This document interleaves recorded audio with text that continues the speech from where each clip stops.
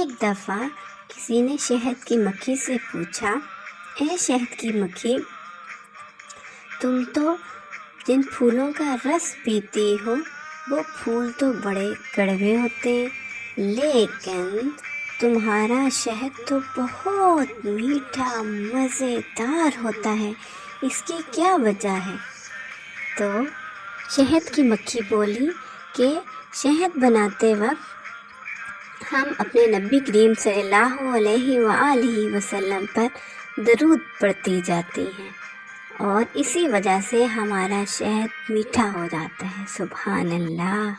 تو پیارے بچوں، آئیے میرے ساتھ درود پاک پڑھیے اور اپنی زبانوں کو شہد کی طرح میٹھا کر لیجیے۔